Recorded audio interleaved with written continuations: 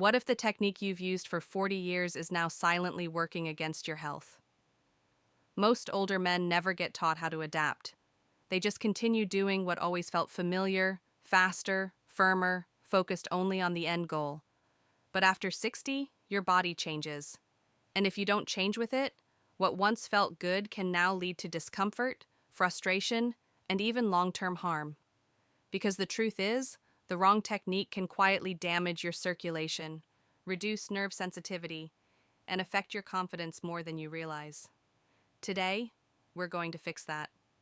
I'm Dr. Laura Stone, a board-certified urologist who spent the last 22 years supporting men over 60 in maintaining healthy, confident, and safe sexual lives with clarity and compassion. And in this video, I'll walk you through how to adapt your self-touch routine in a way that protects your body, respects its changes, and supports your pleasure and health for years to come. First, let's start with what's changed, because many men feel surprised, confused, or even ashamed when their bodies no longer respond the way they used to. But let me reassure you, this isn't dysfunction. This is biology.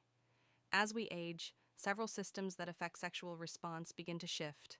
Testosterone, the hormone responsible for libido, mood, and performance, begins to decline. That doesn't mean desire disappears completely, but it often becomes less spontaneous. Blood flow also changes.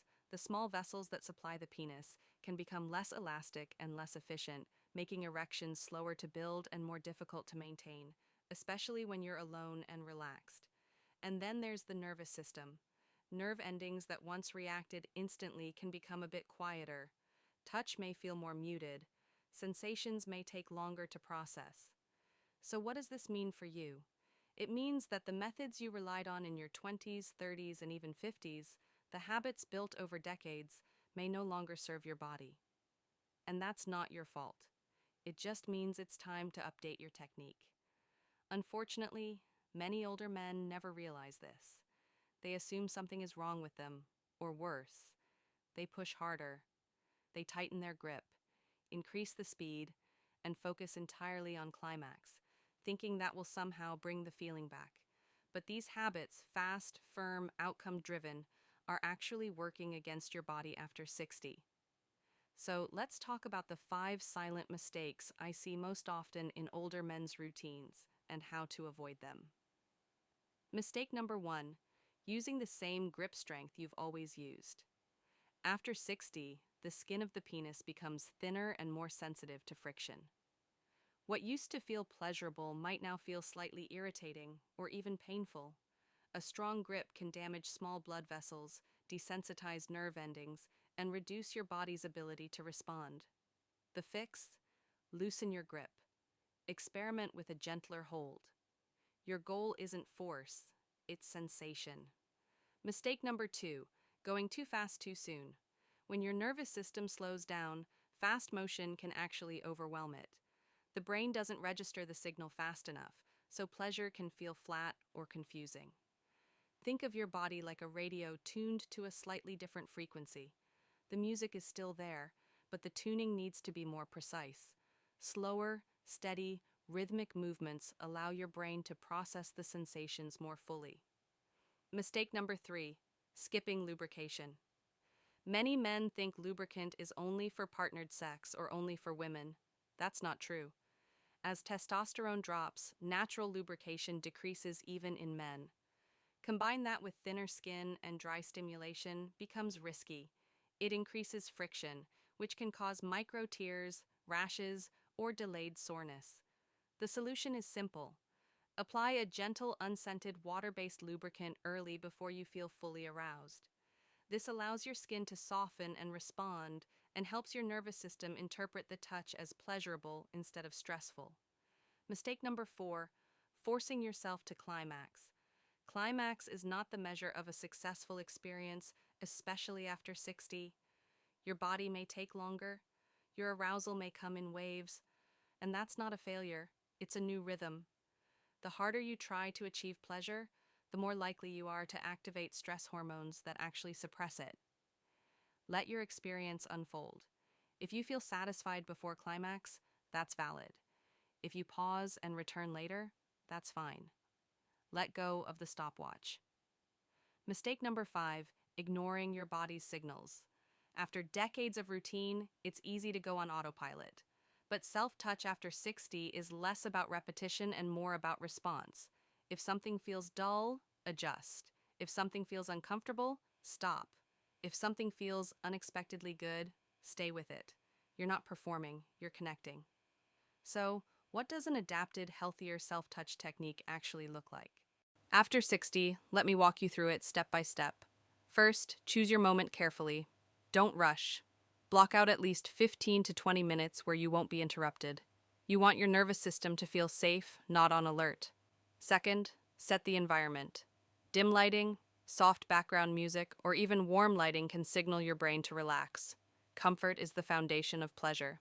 Third, start with your breath. Before touching anything, take 5 slow, deep breaths. In through the nose, out through the mouth. This tells your body, I'm safe, I'm present, I'm not in a rush. Fourth, apply lubricant early, not as an afterthought, but as the first invitation. Gently rub it across your entire genital area. Let the warmth, moisture, and touch become part of the process, not just a setup. Fifth, explore slowly. Don't go straight to the most sensitive areas. Think of this as a massage, not a machine. Explore pressure, temperature, even different hand angles or rhythms. Sixth, pause when needed. If arousal fades, that's okay. It may return or not. The goal isn't to reach a finish line. The goal is to experience connection. And seventh, breathe throughout. Breath is your best tool for keeping blood flowing, staying relaxed, and tuning into sensation. This might feel unfamiliar at first, but for many men, this kind of approach opens the door to deeper satisfaction than they've felt in years. Now, let's talk about how your position affects your experience, something many older men overlook. If you're seated on a hard chair or hunched forward, you may be compressing pelvic nerves or blocking blood flow. Try reclining with support behind your back, lying on your side, elevating your legs slightly with a pillow. You may be surprised how much better things feel just by shifting your posture. Some men even benefit from soft aids like warming sleeves or textured tools designed to provide sensation without force. These aren't toys. These are tools just like glasses or hearing aids designed to support your changing body. The point here is simple. Your body deserves adaptation, not judgment. Your technique deserves evolution, not repetition. You're not broken. You're just in a new phase, and that phase deserves guidance. Let's shift now to something that often gets ignored, but is just as important as technique. Your mindset, your mental space, and the emotional side of self-care. You see, after 60, self-touch is no longer just about stimulation. It's about creating a space where your mind, your body, and your nervous system can reconnect without pressure, without guilt, and without shame. Too many men still carry silent expectations that it has to look a certain way, that it has to end a certain way, that if it doesn't feel like it used to, something must be wrong. But the truth is, what you're experiencing isn't failure. It's a different kind of pleasure, slower, softer, and more responsive to presence than performance. Take your time, let the experience unfold like a slow wave, not a spark. If you feel tension building, pause. If you feel distracted, breathe. If you feel satisfied before climax, allow that to be enough. This is not a race, it's not a test, it's not a performance. This is you tuning back into your body's language. And with time, you'll find that what your body is saying now is different than what it used to say, but no less worthy of listening to. Now, let's talk about when you should consider speaking to a doctor. Because while many of the changes you're experiencing are natural, some can be signs that your body needs support. And knowing the difference is how you take care of yourself, not how you judge yourself. Here are 4 clear signs that it may be time to check in with a urologist. 1. Persistent pain or discomfort during or after self-touch. A mild sting dryness or burning feeling that doesn't improve with lubricant or gentler technique. could signal inflammation. Minor infection or tissue irritation. These are common and treatable, but left unrest, they can worsen over time. 2.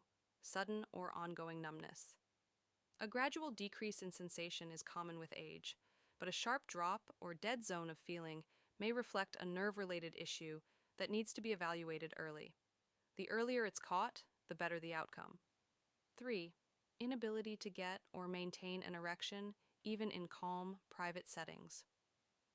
If arousal used to be possible and now feels impossible despite privacy, comfort, and rest, this may signal a blood flow or hormonal issue. This is not a reflection of your masculinity. It's a vascular system, and it may need attention. 4. Emotional distress linked to self-care. If you're feeling anxious, ashamed, frustrated, or disconnected during or after self-touch, don't ignore it. Emotional health and sexual function are deeply connected. Talking to a doctor isn't a sign of weakness. It's a sign of commitment to your own well-being, and you don't need to wait for something to go wrong.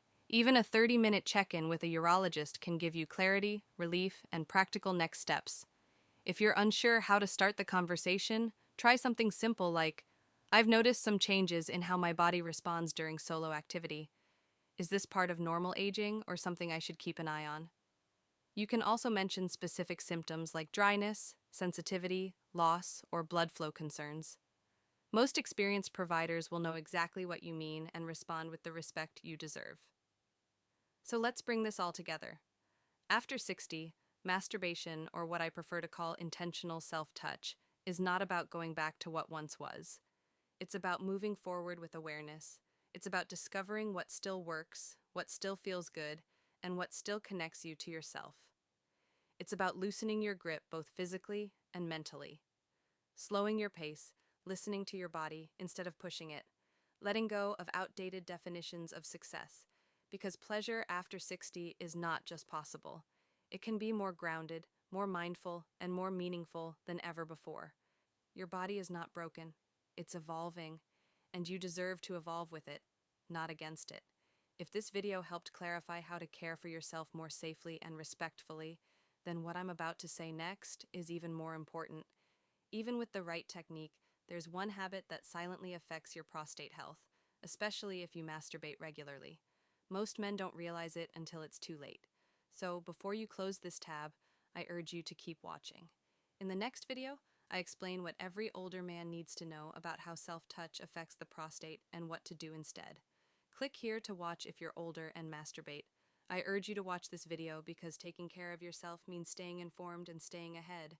You deserve real answers, and that's exactly what we give here at Seni.